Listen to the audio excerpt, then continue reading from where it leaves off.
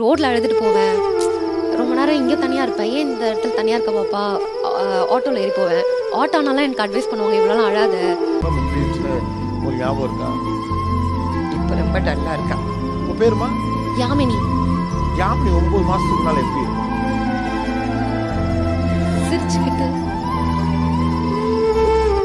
சந்தோஷமா. லவ்வோட வேல்யூ புரியாத இந்த உலகத்துல இன்னைக்கு ரீசன்னா சோசியல் மீடியாவில் ட்ரெண்டிங்கான ஒரு டாப்பிக்காக வர யாமினியோட ஸ்டோரி மாதிரி இன்னும் நிறைய பேருடைய ஸ்டோரி இருக்கு.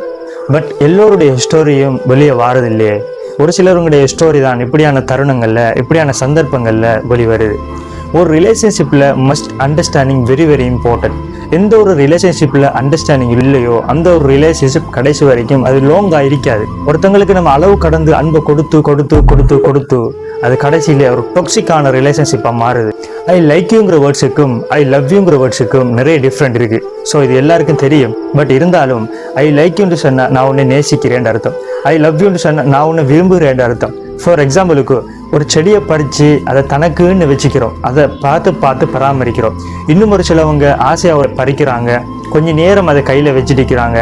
அதுக்கப்புறம் இன்னும் ஒரு அழகான செடியை பார்த்த உடனே தூக்கி கீழுக்கு போட்டு காலில் மிதிச்சிட்டு போகிறாங்க. பட் அந்த பூ அதனுடைய வாழ்க்கையும் இழந்து அதனுடைய ரெஸ்பெக்டையும் இழந்து அதனுடைய வாசனையும் இழந்து நானும் ஒரு பூதான்கிற அந்த தரத்தையும் இழந்து மண்ணோட மண்ணாய் போகிறது. இந்த யாமினியுடைய ஸ்டோரி மாதிரி இந்த உலகத்துல இன்னைக்கு நிறைய பேர் ஆண்கள் பெண்கள் இருக்கிறாங்க. ஸோ இதை பத்தி நீங்க என்ன நினைக்கிறீங்கிறத கீழே கமெண்ட்ல மறக்காம சொல்லிட்டு போங்க.